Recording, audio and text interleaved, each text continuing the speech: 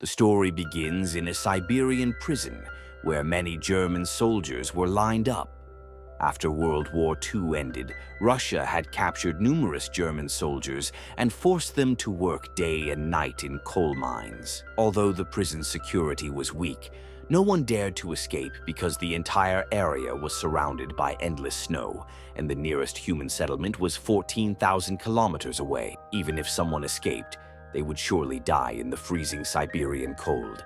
The prison was built in the middle of this icy wilderness, making escape impossible. But among the prisoners, there was one man with a sharp mind who desperately wanted to escape and return to his wife and daughter. His name was Klemen Ferl, and he had been sentenced to 25 years in prison. He couldn't imagine spending half his life behind bars. No matter what, Klemen was determined to escape. One day, he got his chance. He hid inside a coal cargo train and managed to slip out of the prison. When he looked up at the open sky and saw the stars, his heart filled with joy.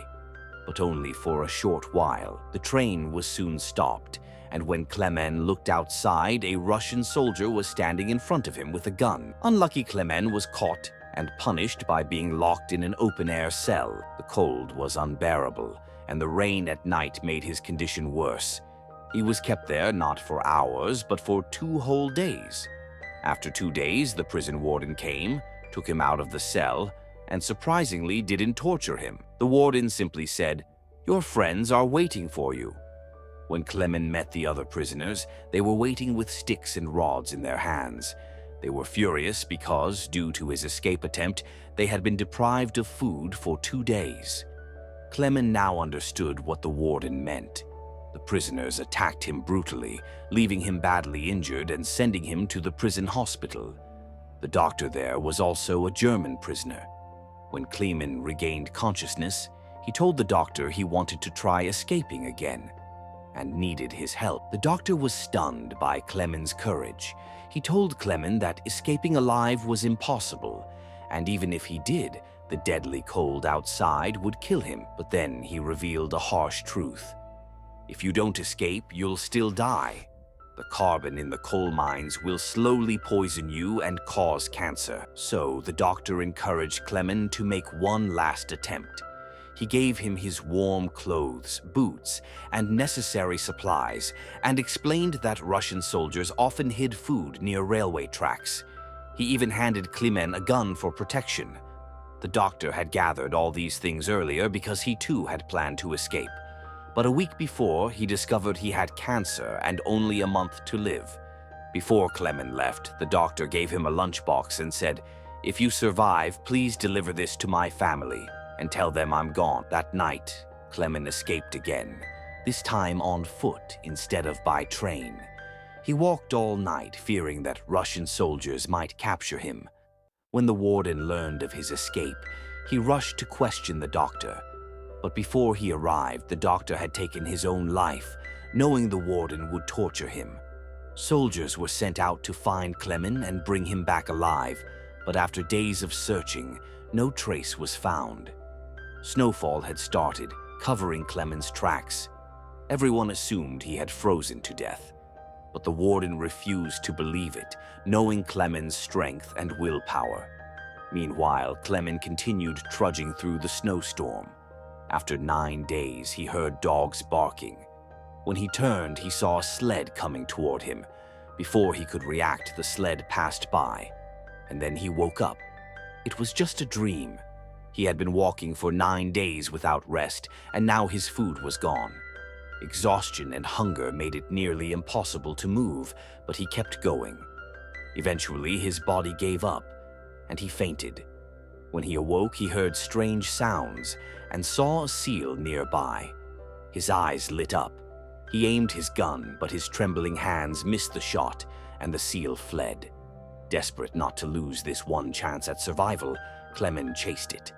He fell through thin ice, injuring his leg, but still pursued the seal. Finally, he fired his last bullet and hit it. For the first time in days, he had food.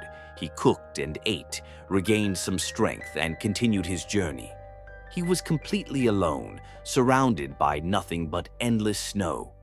To stay sane, he talked to himself and used his compass to stay on course. After 2 months of walking, he finally spotted a small tree, the first sign that he had crossed the frozen plains and was near a forest. Overjoyed, he ran and hugged the tree. He gathered wood, made a fire, and for the first time in months slept peacefully. Meanwhile, the warden still hadn't given up. He ordered a 500-kilometer search radius. As Clemen journeyed through the forest, a snowstorm struck. Trees were uprooted, and one massive tree fell directly on him. Luckily, 2 gold prospectors found him and saved his life. The 3 men traveled together and eventually reached a river. They built a wooden raft to cross it. As they floated, they shared childhood stories until the current became too strong. One man lost balance and fell into the water. He couldn't swim. Clemen jumped in and saved him. But their other companion abandoned them, thinking they had drowned, and stole all the gold. When Clemen and the rescued man reached the camp, the man, furious at the betrayal, tracked down the thief and shot him dead. The 2 survivors kept walking for months, hoping to find human life again. But winter returned and snow buried everything. The man carrying the supplies grew weak. When Clemen offered to carry some weight, the man became suspicious, thinking Clemen wanted to steal his gold. He attacked Clemen, knocking him unconscious. When Clemen woke, he saw a pack of wolves approaching. He climbed a tree to escape, but a wolf bit his leg. The weak tree broke and he fell. Just as he thought he would die, gunshots rang out. Hunters had arrived and killed the wolves. They took him to their village where people cared for him. After years of struggle, Clemen was finally among humans again. He stayed in the village for several days, treated kindly by everyone. One day, a letter arrived from the warden, warning villagers that a German fugitive had escaped and anyone sheltering him would be punished. Unwilling to put the villagers in danger, Clemen left. The villagers gave him food, supplies, and a hunting dog. Now he had a loyal companion. Days later, they found a lumber mill. The dog ran inside looking for food, and when Clemen followed, workers recognized him and brought him to their boss. Moved by his story, the owner fed him and secretly put him on a train to Germany. Clemen felt happiness returning. He was finally going home, but he didn't know the mill owner had informed the warden. The warden and his soldiers were waiting at the station. From afar, Clemen spotted them, jumped off the train, and ran. Soldiers chased him. He crossed the tracks, but suddenly, the warden appeared in front of him. Just when all hope seemed lost, his dog attacked the warden, giving Clemen a chance to run. He escaped again, but when he turned back, he saw his dog shot dead. Heartbroken but determined, he pressed on. He climbed a bridge and jumped onto a passing train below, escaping once again. Years passed. It was now 1952, 7 years since his escape. Clemen, now in Central Asia, wandered through a village fair. He had no money to buy food. He noticed 2 girls selling pancakes. One of them, feeling pity, broke a piece and handed it to him. He thanked her and ate it gratefully. A man nearby had been watching. He followed Clemen to a church. This man, once a prisoner himself, recognized the look in Clemen's eyes and decided to help rather than expose him. He took Clemen home, helped him shave, gave him new clothes, and even provided a fake passport to cross the Russian border into Germany. Clemen was deeply thankful. A few weeks later, he reached the Russian border.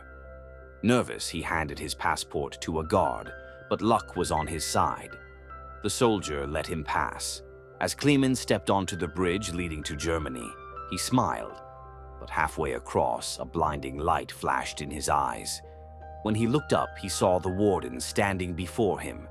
He turned back and realized he was still on Russian soil. The warden could still arrest him. His heart sank.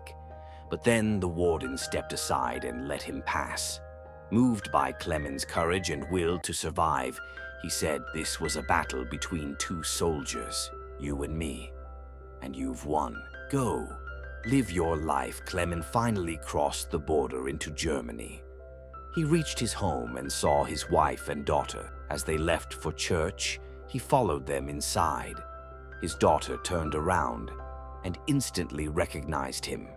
She ran to him and hugged him tightly. After so many years, Clement had finally made it home alive.